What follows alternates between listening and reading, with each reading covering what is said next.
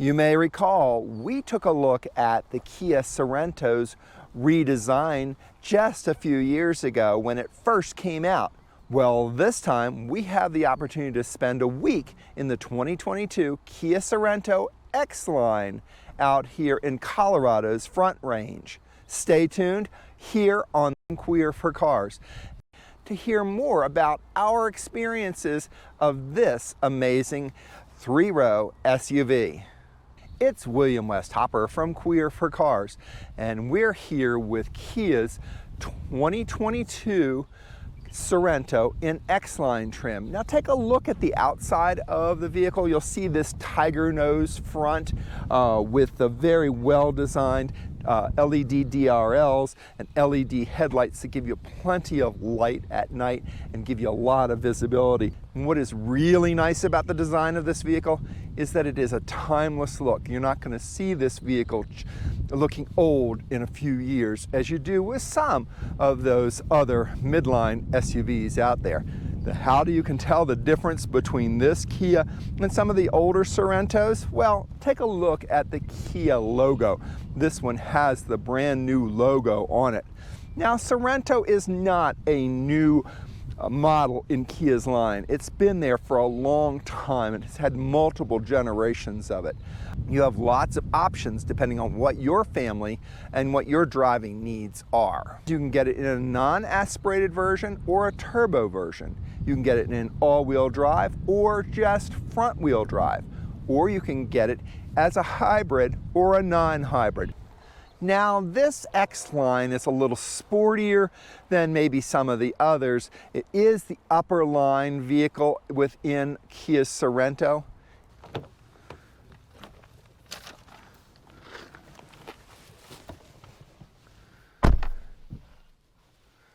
So this Kia Sorento is pretty simple, just like most of the other vehicles that you're driving out there, with the push button start and the key fob.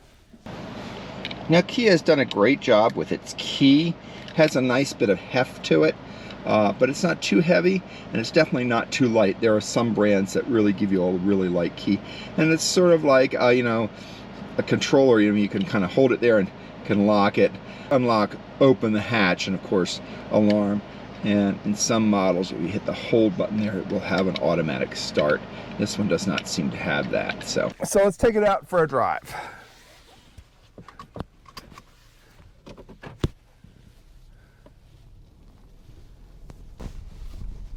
We're here in Longmont, Colorado, and we are just outside of the Longmont, Colorado Museum. This small four-cylinder turbo engine has plenty of power, and we're right up there. I'm up to 85 miles per hour, even though the speed limit's 75. I've never been concerned that this vehicle doesn't have enough power, and that's really important in a kind of a mid-size to full-size SUV these days. Now, this X-Line Sorento that we have has the four-cylinder 2.5-liter turbocharged engine that gives 281 horsepower and 311 foot-pounds of torque. It's the GDI, the direct injection engine that they use in other vehicles. Very simple to work on. What I really like about this car is the road handling and the road manners about it. Now, there are only a couple of things that I didn't like about it. One, 1/4 mile, turn left. One of the issues that I didn't like about it was over 100 degrees temperature out here, and the air conditioning really was not up to that. So the HVAC control has a little mix of the touch buttons here and hard buttons that you can touch there. The one thing I will say with this vehicle, we've had the temperature here has been well plus 100 most of the time, and the air conditioning has really struggled in this dry Colorado heat this week. It's always been cool, but it's never been cold. Even with the ventilated seats on, at first I didn't realize that there were ventilated seats even though they were on. In this hot weather, to keep the air conditioning running all the time, I ended up turning the engine auto start stop off so that it was always running to keep that compressor running. So that did help with the cool. Now it was really nice to be able to have the cooled seats in this vehicle. So that was nice, but that air conditioning it was really hard. So I can imagine how this vehicle would be like in Arizona or someplace where it's really hot. So maybe that's just an issue with this specific car, and not with the model as a whole. The only issue that I really had with this vehicle was that when I would plug in my cell phone to do the Waze, while it had a Bluetooth connection for telephone and for sound, didn't have a Bluetooth connection or a wireless connection for data for running Waze in here.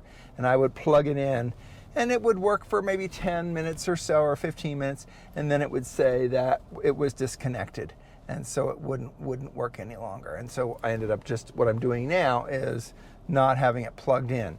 Now I do love the fact that the car has wireless charging, so my phone is down there. It's running Waze. For my Waze, I have had to run the wire, pop the wire in for the Waze and attach it to the back of my phone.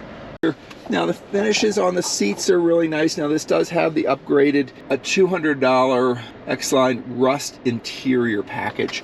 Really like the styling of the interior air vents, which are very nice. You push them down and they turn off, open them up. Very nicely designed, and I think they look really good on this dash display. As I said, the only thing I really have a problem with is the design of this dash visor doesn't seem to meet this long, elongated display area. It looks like it was just originally for the original dash gauges, and then it really kind of was fit this part on.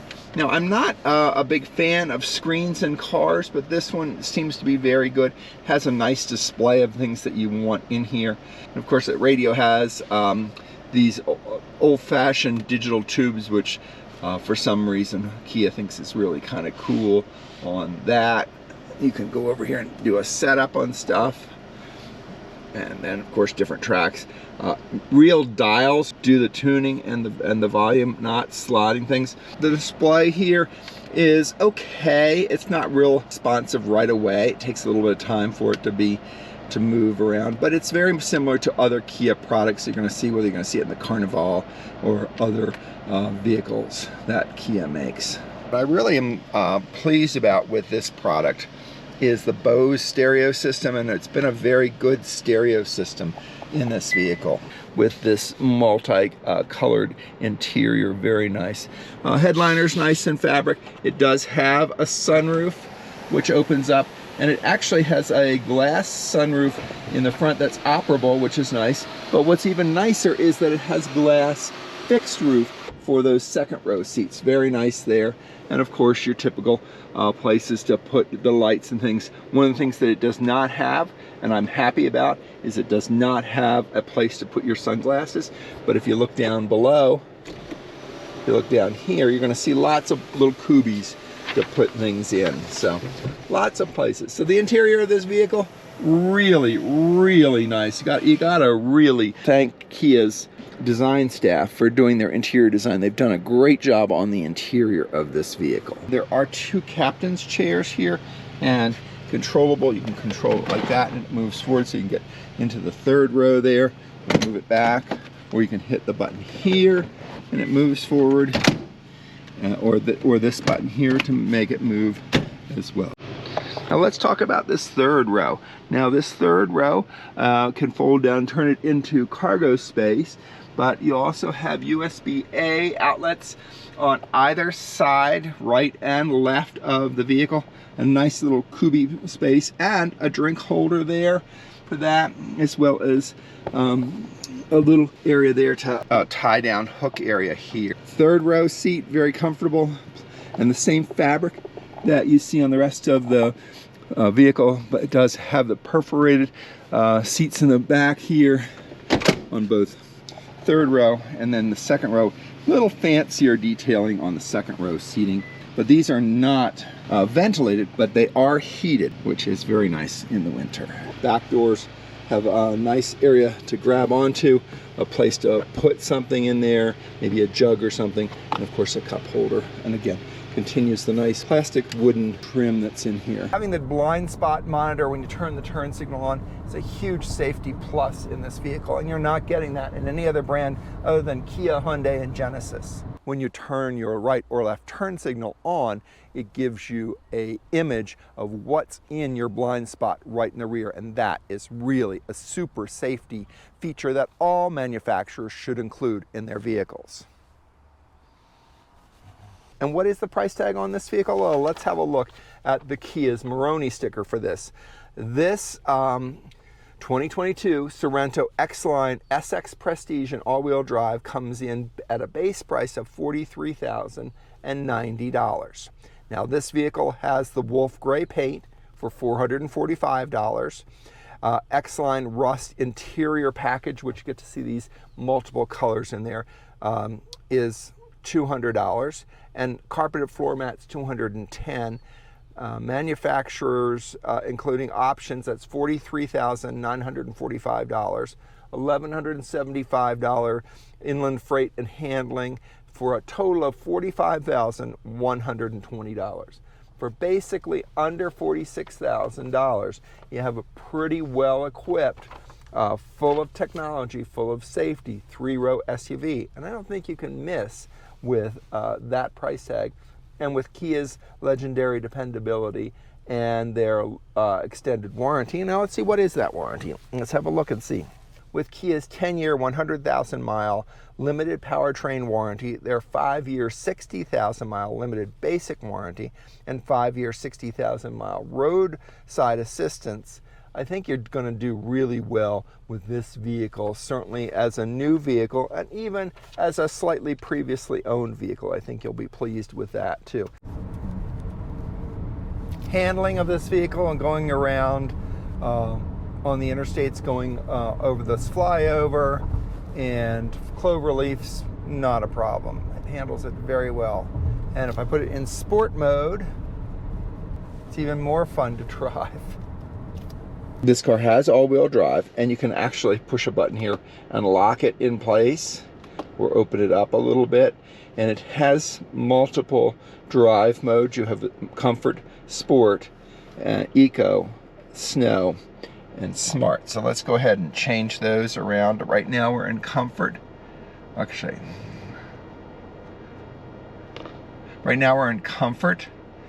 We can go up to Eco or Snow mode, which would be good because of the all-wheel drive, and especially being out here in Colorado. And then there's Sport, which I tend to like. It gives the car a nice sporty feel. The shifts change a little bit. Just gives it a lot more power there, or a lot more feeling of power, I should say. And then of course Smart, which is just sort of an eco-smart mode, kind of knows what you're driving and where you are, and tries to keep the car running as efficiently as possible. Now you'll also notice that it has, while analog style, digital gauges, and you'll notice that they do change with the different driving modes.